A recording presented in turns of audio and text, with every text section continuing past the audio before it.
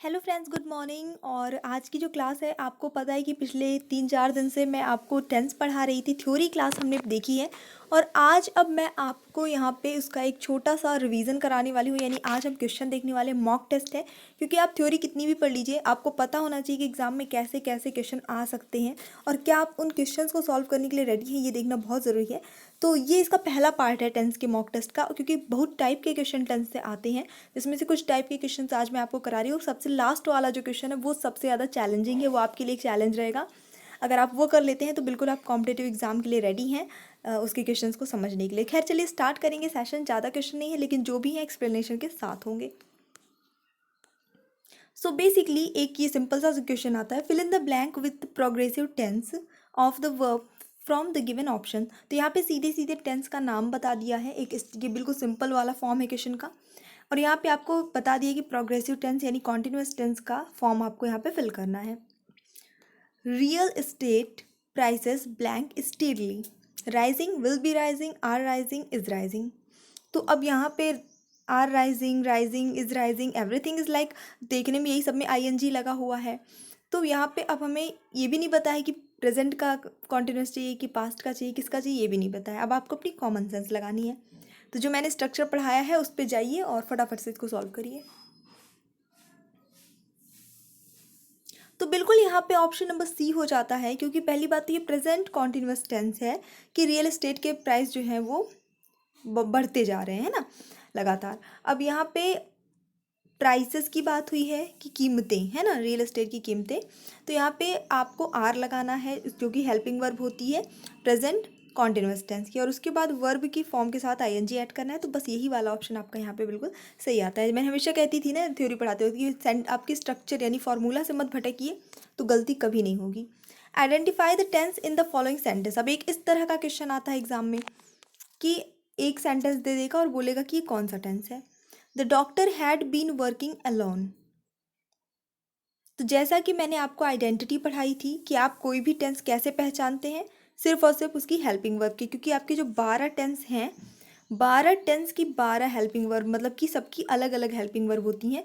Verb तो एक दूसरे को क्या बोलते हैं, इंटरसेक्ट करते हैं। जैसे कि थर्ड फॉर्म है तो वो प्रेजेंट परफेक्ट में भी आ रही है, पास्ट परफेक्ट में भी आ रही है, लेकिन हेल्पिंग वर्ब कभी भी कॉमन नहीं होते। हर टेंस का पर्टिकुलर एक वही हेल्पिंग वर्ब होगा। तो आप इससे पहचान सकते हैं। यहाँ पे हेल्पिंग वर्ब क्या लगा है, हैड बीन लगा है। ओके, तो हैड बीन किसका होता है, आई थिंक सबको पता होगा हैड बीन। तो ये करेक्ट आंसर हो जाएगा आपका option number A. Past perfect continuous tense का है हैड बीन। और प्रेजेंट परफेक्ट होता तो क्या होता, हैज़ बीन या हैव बीन होता। तो सही आंसर आपका ऑप्शन नंबर ए हो जाता है। अब एक इस तरह का क्वेश्चन है, यहाँ पे कुछ भी नहीं बताया कि आपको क्या लगाना है, कौन सा फॉर्म लगाना है, कुछ भी नहीं। बस सीधे एक सेंटेंस दे दिया है और उसके हिसाब से यहाँ पे कौन सा वर्ब आएगा ये आपको बताना है। By the time he returned I blank 10 pages of my report. बहुत अच्छा क्वेश्चन है और ये अभी रिसेंटली जो मैंने शायद जो कल पढ़ाया उसी में से है। इसका मतलब है कि जब मैं वापस आया, सॉरी मैं नहीं, वह वापस आया, मैं जो है अपनी रिपोर्ट के 10 पेज क्या कर चुका हूँ, चुकी हूँ, आई डोंट नो, वो आप जानिए। Typed, would have been typing, had typed, typing. According to situation जो सेंटेंस कहना चाह रहा है हिंदी में, उसके हिसाब से क्या लगेगा। तो बिल्कुल ये जितने भी लोगों ने गेस किया ऑप्शन नंबर सी सही है। हैड टाइप्ड यहाँ पे करेक्ट आंसर इसका हो जाएगा, क्योंकि पास्ट टेंस में कोई काम पहले हो जाए तो वो पास्ट परफेक्ट टेंस में होता है, और कोई काम बाद में हो तो उसे सिंपल पास्ट टेंस कहते हैं। तो यहाँ पे ये काम पहले हो गया, मतलब जब वो लौटा तो ये है, ये लिख चुका था रिपोर्ट, 10 पेज लिख चुका था, टाइप कर चुका था। तो चुका था आ रहा है तो जाहिर सी बात है पास्ट परफेक्ट टेंस लगेगा, यानी कि हैड और वर्ब के साथ वर्ब की third form, I mean. Next देखेंगे, identify the tense in the sentence given below. वैसा ही क्वेश्चन है आइडेंटिफाई करने का। He drinks tea every morning, सबका सही होना चाहिए। So this is also very easy, specially class theory पढ़ने के बाद। ड्रिंक्स लिखा हुआ है यानी वर्ब के साथ एस लगा हुआ है, कोई अदर हेल्पिंग वर्ब नहीं लगी है, तो यानी कि ये सिंपल प्रेजेंट टेंस का अफर्मेटिव सेंटेंस है, राइट। तो ये सही हो जाएगा आंसर आपका option number B, simple present tense या प्रेजेंट सिंपल, ये आपका हो जाता है। नेक्स्ट देखेंगे, choose the correct form of the verb. अब यहाँ पे आपको क्या हेल्पिंग वर्ब आनी चाहिए वो बताना है। One of my books blank missing, एक मेरी मेरी एक किताब जो है वो खो गई है। बुक्स भी है, थोड़ा सा ध्यान दीजिएगा। Are is has was.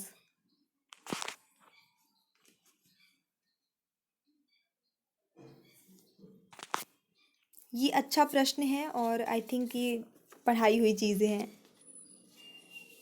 All right, तो चलिए अभी देख लेते हैं इसका जो करेक्ट आंसर होगा वो क्या हो जाता है। ऑप्शन नंबर बी हो जाता है, मेरी एक किताब मिसिंग है। यहाँ पे वन, भले ही यहाँ पे बुक्स लिखा हुआ है, यानी कि मेरे पास कई सारी किताबें हैं, बहुत सारी किताबें हैं, उसमें से मेरी एक किताब मिसिंग है। अब किसी के पास एक ही किताब होगी तो वो क्या कहेगा कि मेरी किताब मिसिंग है, गुम गई है, नहीं मिल रही है। पर किसी के पास बहुत सारी किताबें होंगी तो वो क्या कहेगा, उसकी एक एक ही किताब कोई गुमी है तो क्या कहेगा, मेरी एक किताब नहीं मिल रही है। राइट।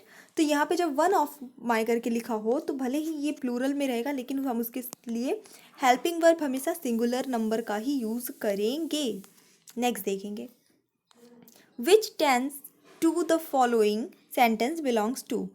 क्वेश्चन पूछने का तरीका अलग है, बात वही है कि ये कौन से टेंस में है सेंटेंस। लास्ट वाला क्वेश्चन सबसे अलग है आज का। It was very cold that night, it was very cold that night. Helping verb देखिए,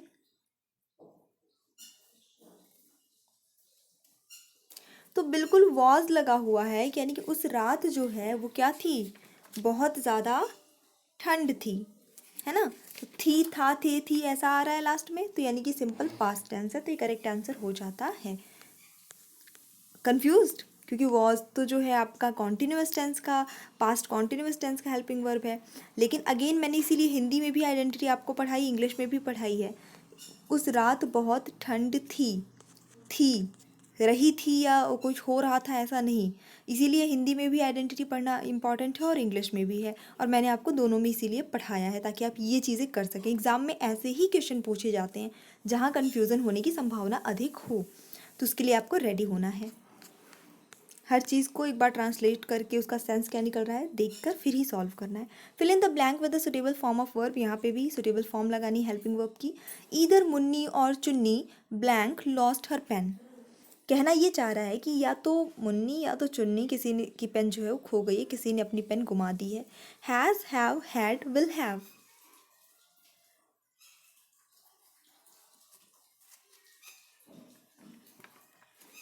चलिए अभी देख लेते हैं यहाँ पे जो करेक्ट आंसर है, लेकिन उसके पहले प्लीज़ एक से रिक्वेस्ट है आप सबसे कि प्लीज़ वीडियो को लाइक कर दीजिएगा, और चैनल पे न्यू है तो सब्सक्राइब कर लीजिए ताकि क्लासेस आपकी कंटिन्यू आपको मिलती रहे, मिस ना हो, क्योंकि एक भी क्लास मिस होती है तो वो रिपीट फिर नहीं होती है। ओके, तो चलिए देख लेते हैं इसका जो करेक्ट आंसर हैज़ हो जाएगा। क्यों हो जाएगा, यहाँ पे बात हो रही है कि या मुन्नी या चुन्नी, मतलब पेन किसी एक ने ही घुमाई है, दोनों ने नहीं घुमाई है ना। भले यहाँ दो नाम लिखे हुए हैं बट बात किसी एक की हो रही है, पेन जो है वो किसी एक ने ही घुमाई है। ऑलराइट, तो इस वजह से हम इसके लिए, और क्योंकि उसने घुमा दी है, अब पेन तो गुम चुकी है, वो काम हो चुका है, राइट। तो इस वजह से यहाँ पे क्या, प्रेजेंट परफेक्ट टेंस का हेल्पिंग वर्ब यूज़ होगा, और क्योंकि किसी एक की बात हो रही है, सिंगुलर नंबर की बात हो रही है, इसलिए हैज़ का यूज़ होगा। दोनों की बात हो रही होती तो हैव का यूज़ होता। So move to the next question, fill in the blank with past perfect tense. अब यहाँ पे देखिए सीधे सीधे बता दिया है कि आपको पास्ट परफेक्ट टेंस ही लगाना है। The train blank the platform before I reach the station, बहुत ही फेमस ये एग्जाम्पल है, बहुत ज़माने से चला आ रहा है कि मेरे स्टेशन पहुँचने से पहले गाड़ी छूट चुकी थी। आपको रखना है पास्ट परफेक्ट टेंस में, तो आपको क्या करना है, पास्ट परफेक्ट टेंस की हेल्पिंग वर्ब उठा के रख देनी है। देखिए क्या होगा, लेफ्ट होगा, हैज़ लेफ्ट होगा, हैव लेफ्ट होगा, हैड लेफ्ट होगा।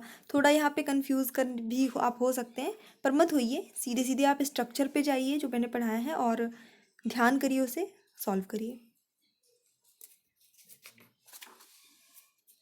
ओके, तो चलिए अभी इसको देख लेते हैं। यहाँ पे हैड लेफ्ट होगा, क्योंकि जैसे कि मैंने हिंदी में भी इसको बता दिया कि मेरे स्टेशन पहुँचने से पहले गाड़ी जा चुकी थी, तो ट्रेन जो है वो, ये तो इतना जो सेंटेंस है, before I reach the station यानी मेरे स्टेशन पहुंचने से पहले, लेकिन ट्रेन क्या है, ट्रेन प्लेटफॉर्म छोड़ चुकी थी, है ना, ट्रेन प्लेटफॉर्म से जा चुकी थी। तो यहाँ पे हमने हैड का यूज़ किया पास्ट परफेक्ट टेंस का, और साथ ही साथ लेफ्ट यूज़ किया। देखिए हम जब किसी के पास से जाते हैं, मतलब उसे छोड़ के जाते हैं, चाहे वो कोई जगह हो, जैसे ट्रेन जो है वो प्लेटफॉर्म को छोड़ के जा रही है, या कोई व्यक्ति हो, या घर है, या कोई भी जगह है, हम जब वहाँ से निकलते हैं उस जगह को और वहाँ के लोगों को छोड़कर, तो वो कहलाता है, उसके लिए हम लीव वर्ड यूज़ करते हैं। और आपने सुना भी होगा जैसे फिल्मों में बोलते हैं ना, लीव मी अलोन, मुझे अकेला छोड़ दो, एटसेट्रा एटसेट्रा। तो लीव, लेफ्ट ये यूज़ करते हैं जाने के लिए, वहाँ पे हम गो, वेंट और गोइंग ये सारी चीज़ें नहीं यूज़ करते हैं। जैसे कि कोई चीज़ हम जब जाके देखते हैं तो सी या वॉच नहीं यूज़ करते हैं, बल्कि विजिट यूज़ करते हैं। Which tense do the following sentence belong to? I have often criticized the standards of cleanliness in the trains in India. Simply आपको बताना है कौन सा टेंस है। हेल्पिंग वर्ब पे फोकस करिए, हैव लिखा हुआ है, वर्ब की थर्ड फॉर्म लगी हुई है, तो काफ़ी आसान हो जाता है जब हेल्पिंग वर्ब और वर्ब की फॉर्म आपको मिल जाती है। इसका जो करेक्ट आंसर है वो है प्रेजेंट परफेक्ट टेंस, क्योंकि हैव हैज़ जो है प्रेजेंट परफेक्ट टेंस की ही हेल्पिंग वर्ब है और वर्ब की थर्ड फॉर्म साथ में लगती है। क्लियर? तो पूरा आपको मतलब नहीं भी समझ में आ रहा है, इसीलिए थ्योरी पढ़नी ज़रूरी है, तो भी आप टेंस आइडेंटिफाई कर लेंगे। Choose the correct form of verb again. He thinks as if he blank my boss.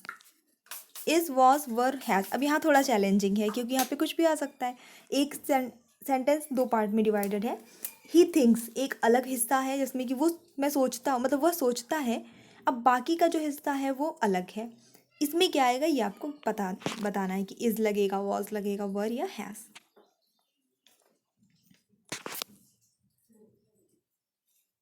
चलिए अभी देख लेंगे यहाँ पे जो करेक्ट आंसर होगा वो क्या हो जाता है। ऑप्शन नंबर सी हो जाएगा, वर। कितने लोगों का सही हुआ फटाफट से कमेंट करके बताइए, क्योंकि मुझे लग रहा है कि काफ़ी लोगों का ये गलत हुआ होगा। चलिए इसको थोड़ा सा एक्सप्लेन कर लेते हैं। जब कभी भी देखिए थॉट्स की बात आती है, सोचने की बात आती है, एज आता है, ठीक है, एज आएगा, फिर उसके बाद दो आ जाएगा या एज इफ़ आ जाएगा, ऐसा कुछ आता है, यानी कि अगर वाली सिचुएशन होती है, तो हमेशा सब्जेक्ट के बाद आपका वर्ब की सेकंड फॉर्म लगती है या फिर वर लगता है। या तो वर्ब की सेकंड फॉर्म लगेगी, और अगर हेल्पिंग वर्ब लग रही है तो वर लगता है। ठीक है। अब यहाँ पे एज जब आ जाता है तो ये सोचने वाली बात, मतलब ये इमेजिनेशन वाली बात होती है जो एक्चुअली में हुआ नहीं है। जैसे I think, I wish I were a bird. मैं सोचती हूँ या फिर मैं चाहती हूँ काश मैं, या काश काश मैं एक चिड़िया होती। तो मैं एक्चुअली में चिड़िया नहीं हूँ, और ना ही मैं अभी प्रेजेंट में होने के लिए सोच रही हूँ, लेकिन मैं सोच रही हूँ कि होती। राइट? तो वहाँ पे मैंने क्या यूज़ किया, आई वर यूज़ किया। राइट? तो ऐसे सिचुएशन में अब यहाँ पे इसका जो हिंदी ट्रांसलेशन थोड़ा सा करके देख लेते हैं कि वो सोचता है कि अगर वह उसका बॉस होता, है ना। तो अभी वो होता कि नहीं होता वो नहीं पता, बट हमें उसके साथ वर लगाना है, ये पता है। नेक्स्ट देखेंगे। Pick out the correct form of verb. Last वाले क्वेश्चन का वेट करिए, बहुत अच्छा क्वेश्चन है। The house with all its contents blank insured. Were, was, are और हैज़। सिंपल, यहाँ पे द हाउस के साथ क्या लगेगा, घर, उसके पूरे जो भी उसके अंदर सामान है सबके साथ में इंश्योर हो गया, हो चुका है, हो रहा है, आई डोंट नो, वो आप बताएंगे। ओके तो चलिए देखेंगे वॉज होगा, क्योंकि हमेशा मैंने बताया कि जब इस तरह का सेंटेंस आता है, मैंने एक बार और इसका एक एग्जांपल कराया था कि the boss along with all staffs, है ना। तो यहाँ पे वही चीज़ हो जाती है कि हमें हमेशा हेल्पिंग वर्ब जो है वो पहले सब्जेक्ट के हिसाब से लगानी है, क्योंकि घर इंश्योर हुआ है, भले उसके अंदर और बाकी सारे सामानों के साथ हुआ है, पर घर तो वो एक ही है। तो हमें इसके हिसाब से यहाँ पे हेल्पिंग वर्ब लगानी है, और क्योंकि ये ईडी लगा है तो आप समझ रहे हैं कि पास्ट की बात है, तो इंश्योर्ड हो वॉज लगाएंगे हम इसके साथ। Which tense do the following sentence belongs to. Tense के बहुत तरह के प्रश्न आते हैं, क्वेश्चंस आते हैं। आज मैं आपको बिल्कुल 2-3 तरह के करा रही हूँ, और ये आपकी सीरीज़ नॉट, मैं कह रही हूँ कि एग्जैक्टली कल ही, बट क्लास तो रेगुलर चलती है, बीच बीच में आपको प्रोवाइड कराऊंगी, और अब मैं टॉपिक वाइज भी आपको मॉक टेस्ट प्रोवाइड कराऊंगी। He had been trying together on the phone. Had been trying अभी रिसेंटली पढ़ा हुआ चीज़ है। चलिए देख लेते हैं। तो हैड बीन लगा है, फिर वर्ब के फर्स्ट फॉर्म के साथ आईएनजी लगा है, तो मतलब है ये पास्ट परफेक्ट कॉन्टिन्यूअस टेंस, है ना। तो करेक्ट आंसर हो जाएगा आपका ऑप्शन नंबर ए। पूरा सेंटेंस पढ़ने की ज़रूरत ही नहीं, बस आप हेल्पिंग वर्ब पे फोकस कर लीजिए, वर्ब की फॉर्म पे फोकस कर लीजिए। Indicate the tense of the following sentence. I have sent a letter to him. I have sent a letter to him, have लगा है, तो इतना तो समझ में आ रहा है कि प्रेजेंट वाला कुछ होगा, तो पास्ट तो ये हो नहीं सकता, इस ये कट गया। फिर हैव लगा है तो इंडेफिनिट यानी सिंपल में तो हैव लगता नहीं है। परफेक्ट और परफेक्ट कॉन्टिन्यूअस में हैव लगता है, लेकिन परफेक्ट कॉन्टिन्यूअस में क्या होता है, आईएनजी फॉर्म लगती है वर्ब की, और बीन भी लगता है, तो यहाँ पे नहीं लगा है तो ये नहीं होगा। I have sent letter to him, मैंने उसे एक लेटर भेजा है, आई मीन भेज चुकी हूँ राइट नाउ। ओके, तो प्रेजेंट परफेक्ट टेंस हो गया क्योंकि हैव लगा है और वर्ब की थर्ड फॉर्म लगी है। इस तरह से भी आप सॉल्व कर सकते हैं ना, एक एक जो है एलिमिनेट करते जाइए, लास्ट में जो बचेगा वही आंसर होगा। Find where the error, okay this is the last question and this is important, क्योंकि यहाँ पे कुछ भी नहीं बताया है कि आपको क्या करना है, आपको अपनी कॉमन सेंस लगानी है, आपकी नज़र कितनी तेज है उस हिसाब से आपको बताना है कि सेंटेंस में क्या त्रुटि है। ग्रामेटिकल एरर ही है, टेंस से रिलेटेड एरर ही है।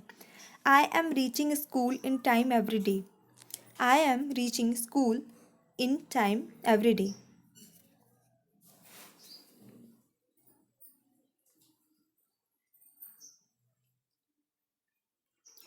ओके, आई थिंक आप लोगों ने गेस कर लिया होगा इसका जो सही आंसर है। इसका करेक्ट आंसर होगा ऑप्शन नंबर ए, ये गलत है। आई एम रीचिंग जो यहाँ पे लिखा है वो गलत है। क्यों? क्योंकि ये present perfect continuous tense, every day समय बता दिया गया है ना, अब 10 PM 8 AM ये सब नहीं बताया, लेकिन एवरी डे क्या करता है, समय ही दर्शाता है, प्रतिदिन की बात हो रही है। मैं प्रतिदिन स्कूल समय से पहुंच रहा हूँ, इस सेंटेंस की हिंदी हो जाएगी। तो मैं प्रतिदिन पहुंच रहा हूँ आया है मतलब प्रेजेंट तो है, लेकिन साथ में टाइम भी बताया जा रहा है कि कब पहुंच रहा हूँ, प्रतिदिन पहुंच रहा हूँ, तो ये प्रेजेंट परफेक्ट कॉन्टिन्यूअस टेंस है। उसकी हेल्पिंग वर्ब क्या है, I have been reaching school in time every day, ऐसा होना चाहिए। क्लियर? तो आई थिंक आपको आज की क्लास अच्छी लगी होगी, पसंद आई है तो लाइक करिए। ऑल्सो आपको ऐसे ही प्रैक्टिस सेट्स और चाहिए टॉपिक वाइज तो ज़रूर कमेंट करके बताइएगा। ऑल्सो हमारे चैनल्स हैं लाइक एग्ज़ाम डोज, अब उसमें भी डेली संडे को क्लास हुआ करेगी एक, अभी फ़िलहाल संडे, एंड ट्राई करेंगे कि जल्दी से जल्दी उसमें और क्लासेस इंक्रीज़ की जाएँ, बट अभी फ़िलहाल के लिए संडे टू संडे वहाँ पे भी एक एक्स्ट्रा क्लास हुआ करेगी। एंड या टेक चैनल है उसे भी आपने सब्सक्राइब नहीं किया तो कर लीजिए ना आप लोग please. So thanks for watching, keep studying and bye bye.